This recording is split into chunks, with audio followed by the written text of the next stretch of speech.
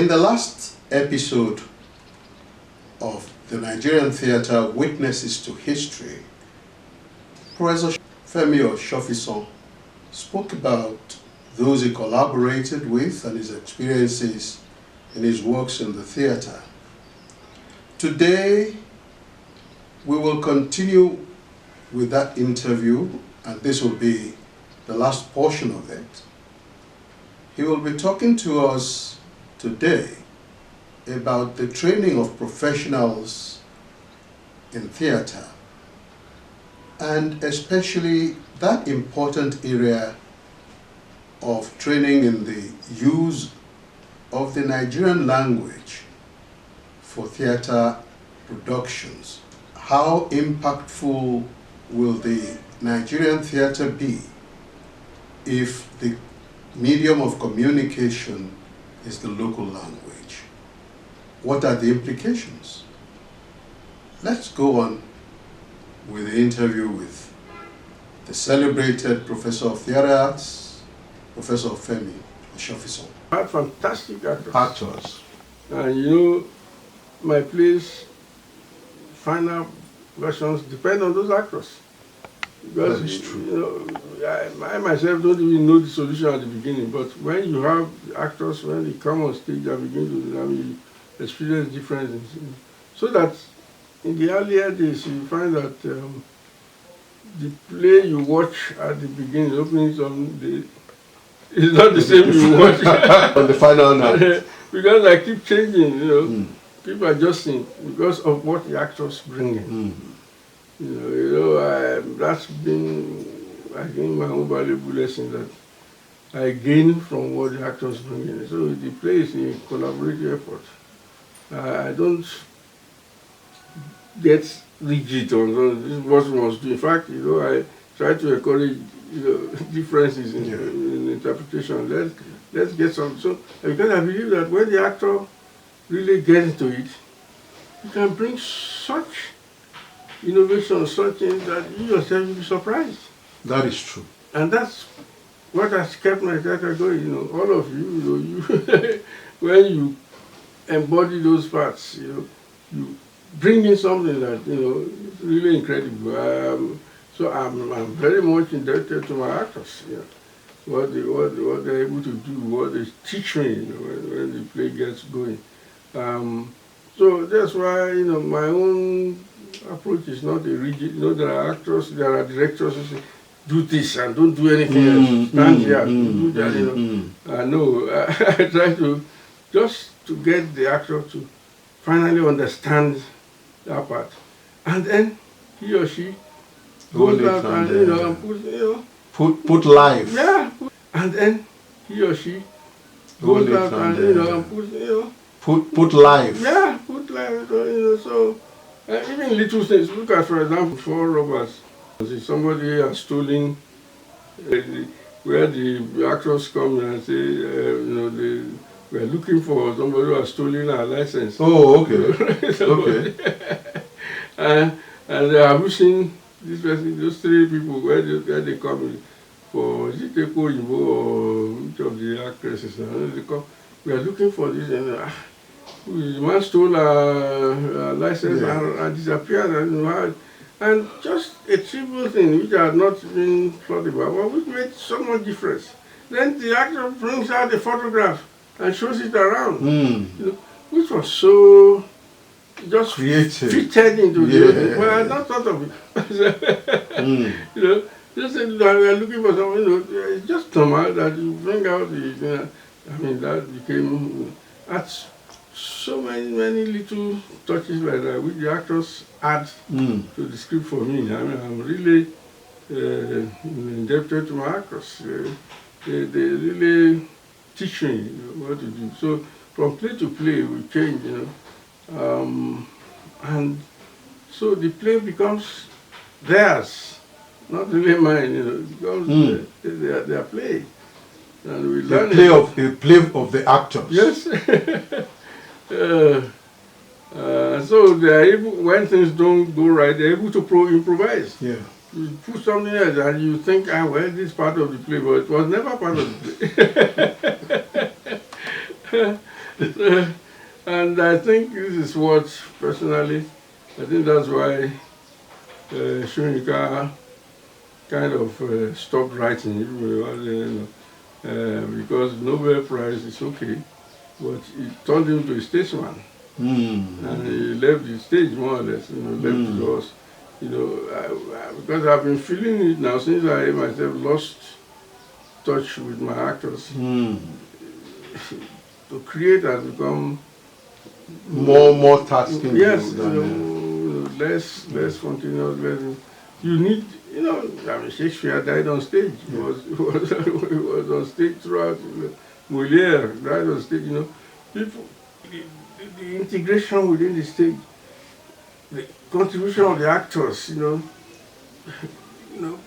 help you to develop, your talents. So this is what the stage does. I think your actors also, I was one.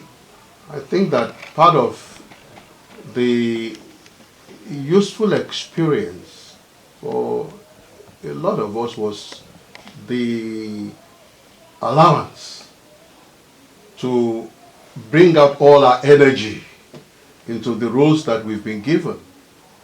I remember during Morontodu, and I shared this recently with the person who did it, Kunle Adeyemo. He was a policeman. When he gave me the condo on my butt, the tear that flew from my and my lips were quivering.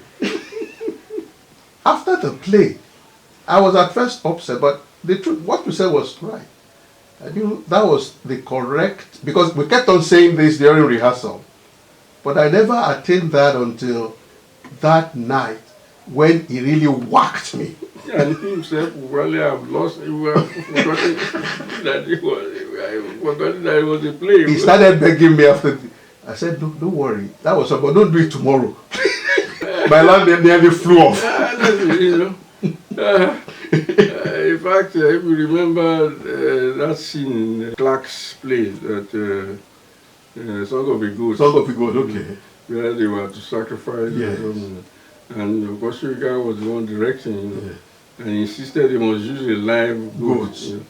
And it was playing Zifa. So, when they got to that moment, and the actor actually slashed the throat of him. He was, after that, to go after the pursuing.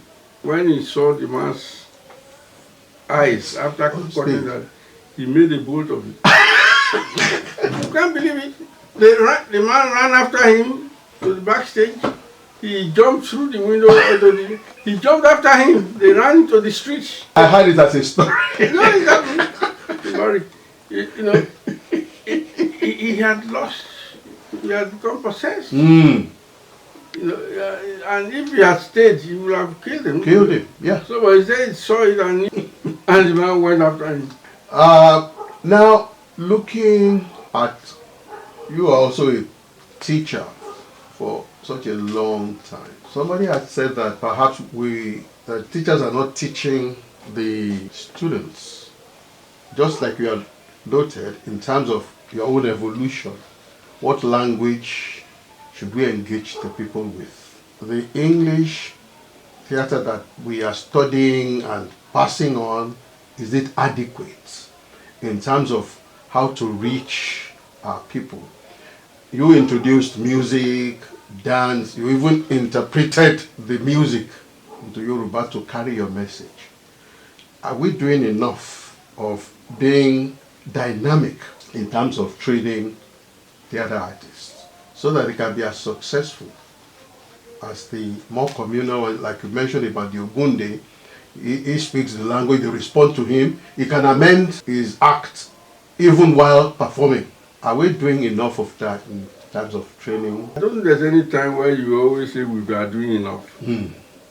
Okay. The important thing is that there should be a constant search, an ongoing search, an ongoing experiment. There's no time you say I've done enough, and because things are changing all the time.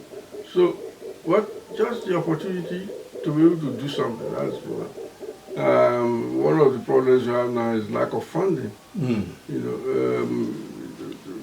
to get. But you didn't have funds students, even then, yeah, because I remember that you spent your money a lot of times to put on productions, and we didn't make money. What money did you make? But we had a lot of fun. Yes. We enjoyed it. You are waiting to do the next one. Yes. I mean, how much do you have to pay? But nowadays, the economic situation has changed. Mm. The student has to pay his fees, has to feed himself, has to, they are looking for money. Yeah. And as soon as you use a student in one production and becomes famous, you can't get him again to act for you. Give him the bill, this is how much you pay, this is how much. So, the things have changed. You just have to continue to, some people now, some of our colleagues, they do this place through deception. Mm. They promise the actors they will get to so and so, and when they finish, it's not available. It's wrong, I mean, Well, I haven't been, a couple of months ago when I resumed teaching, I've been out of the establishment since I retired. But I was teaching abroad, not practical, I was teaching mainly, theory and so in China and so on. But, now I've come back to the classroom where I'm teaching. I've noticed that, the students are very enthusiastic also. It's just how to find the money. I don't know, or maybe it's because of me, but students were very, very cooperative. We just did our practicals last week. I was impressed by that. But I thought, then they came to rehearsals, they came to class, they came regularly, wrote up assignments, and I was surprised. In fact, it encouraged me a lot that, maybe, I will not, tested them enough. Maybe we will not, maybe we just made assumptions and, but, I must say that I was impressed by their cooperation, their enthusiasm, which I thought was gone. So maybe I continue teaching for a while and see what happens. Okay. But that's it, to get the money, to get them to do that, they feed themselves. Yes. That's the realistic thing. They can't just work without sustaining their own selves, and you think they will keep on coming. And when you compare in those days, how much did we pay? Yeah. Okay, when we came in, before the things were changed again, you just paid a certain amount, you have scholarship anyway, and you are fed throughout, you are accommodated and fed throughout the year. Just how much? Yeah. Now you have to look for money to pay your accommodation, pay for food, and then, in fact, the women have to embellish themselves. Yeah. And then classes are closing and shut, opening and closing, at irrational. So, it's a lot of evolution. And then when they finish, you see, where do they go? I've been asking this question, where do they get employed? The good actor with the good, but is there any establishment to absorb all these talents? There's none. And provide the platform for them to flourish. This is why I've been, trying to tell them, because, the theory classes, the ones they run away from. Just the practical courses they do costuming, but I keep telling them that when you get out, where will you get practicals on what you can write, your mastery of English, your mastery of composition and all that. Is what will matter. That's what will matter. So you better do these courses, but of course, they think it's a waste of time. They run away from. But that's it, where, okay, when the department was planned, we had the dream that every local, so the diploma course was planned so that we present, produce people for all these local government local councils, all the councils, and then that was changed. And then first said, where would they go? So they now have to rush and do degree. You do your degree, where is the place where you go and work? And unfortunately, I don't think we ourselves, we help ourselves much. Each time I do a production on commission, I always try to imagine what these actors will be doing afterwards. So I plan in, we do a production, probably last them, what they make enough to last them for another 6 months. So the productions are expensive to the sponsors, but sponsors pay. And I'm very happy because of that. I mean, look at when we did the Charms series now. People, I try to imagine that these actors will stay with us maybe for 6 months. And then the next 6 months they won't get a job, but they will earn enough. So we wrote all kinds of things to that program. But then the actors themselves, who go to the sponsors. That's too much. We can do it for less. Yes. Osofisan is taking my own fees are set. It's not, how can you do this? No, we do it for cheaper. And then the sponsors get discouraged. They say, okay, sorry, we can't do it anymore. It's no longer, after all, it's not our major focus. The same thing with the NLG prize for literature. Why do you do this? Why they discourage the sponsors? Because they're not thinking ahead. They're thinking, what this actor will eat, will survive. So it's not just for this production. You have to think, negotiate with the sponsors. And then, they are happy once the product is good. Yes. And then, the actors themselves, of jealousy, That preempted what I was going to ask. Why top names in the field would not come together and become also perhaps because of the peculiar situation that we are, be a pressure on government, on the private sector to do more with the arts, show more interest in being patrons of the arts and provide all these funds that could be used periodically. And that's what you are answering, that even those products are counterproductive when they begin to go behind their leaders to perhaps negotiate what they think will bring them immediate succor. So, I mean, I've been in this thing for so long, so I try to anticipate, what will happen. Each time, for Anna, when I was president, but what we try to do was to negotiate prices for people, so nobody should live on the price, but if you can get a price, sponsor yourself to publish something, we did that and yet some of our people go and start attacking those donors and, till they get discouraged. They say, well, they are not, we just wanted to help, and if you don't, well, the same thing, with all these productions. I'm always thinking, what will it? So you won't believe that some will give estimates to sponsors without including actors' fees. I know. And then, but you don't want to pay actors. Oh. No, it's ridiculous. And when you then they say, oh, Osofisan is always about money. Of course, yeah, it's about money because we know what the product costs money. And I want not just me to gain this. My name is, I gain something, but what of those people who are working for us? How will they survive? Nobody.